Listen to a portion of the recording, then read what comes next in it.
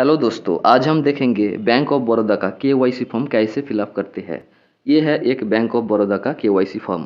सबसे ऊपर का हिस्सा छोड़ देना चाहिए क्योंकि वो ऑफिस यूज के लिए है। तो हम लोग पहले नेम से शुरू करेंगे। नेम पे चारों ऑप्शन है। ये प्रीफिक्स लिखना अनिवार्य नहीं है। यदि आप लिखते हो, अगर लड़का है तो प्रीफिक्स में मिस्टर और लड़की है तो मिस और मिसेस होगा। और नेम होगा फर्स्ट नेम पर और टाइटल होगा लास्ट नेम पर। जिसका मिडिल नेम है वो मिडिल नेम पर लिखोगे।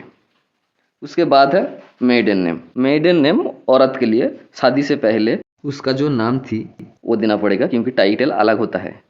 इसके बाद मादर्स नेम, प्रीफिक्स में मिसेस लिखोगे। ये प्रीफिक्स देना पड़ेगा, ऐसा कोई मैंडेटरी नहीं है, नहीं दे सकते भी हो। तो माताजी का नाम फर्स्ट नेम पे और उसका टाइटल लास्ट नेम पे। अगर मिडिल नेम है तो देना पड़ेगा, नहीं तो छोड़ो।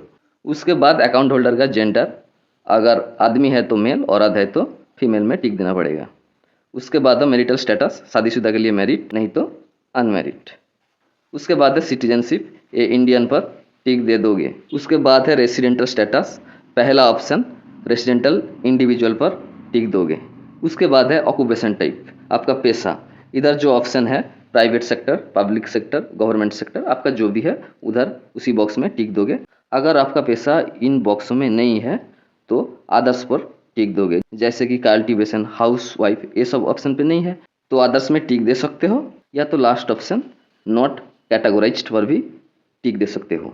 मैं इधर उदाहरण स्वरूप प्राइवेट सेक्टर पर टिक दिया हूँ। इसके बाद है प्लेस और सिटी ऑफ बर्थ, इसका मतलब आपका जन्म का स्थान और शहर देना पड़ेगा। मैं इधर उदाहरण स्वरूप कोलकाता दिया हूँ, आप लोगों का जो भी प्लेस है वो दे दोगे। इसके बाद है details of KYC documents submitted. पहला ऑप्शन पर है आधार, ये मैंडेटरी है, इसका मतलब ये देना ही पड़ेगा।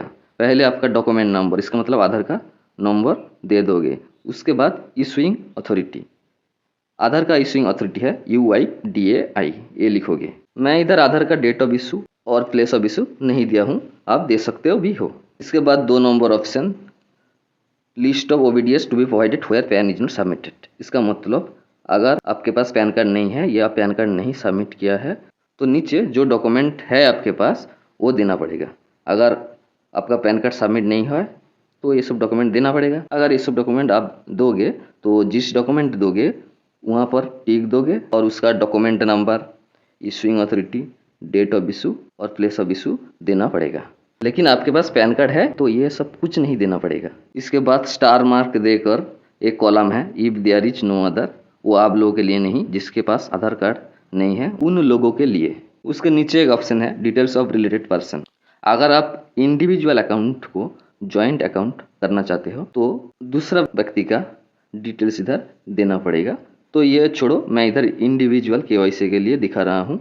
तो हम लोग आ जाएंगे नीचे एप्लीकेंट डिक्लेरेशन पर। तो इधर नीचे डेट है, जिस दिन आप फॉर्म सबमिट करोगे उस दिन का डेट, और नीचे आप जिस प्लेस से दे रहे हो उस प्लेस का नाम उल्लेख करोगे। उसके बाद राइट साइड में आपका सिग्नेचर दे दोगे। जो सिग्नेचर नहीं कर सकते हो वो थंब इम्प्रेशन दे दोगे। और एक गुरुत्वपूर्ण बात है, इधर फोटो लगाने का कोई जगह नहीं है, लेकिन फ़ोटो चाहिए।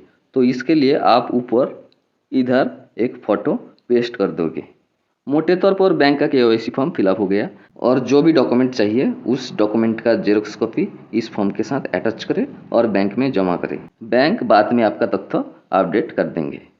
Thank you viewers for watching the video.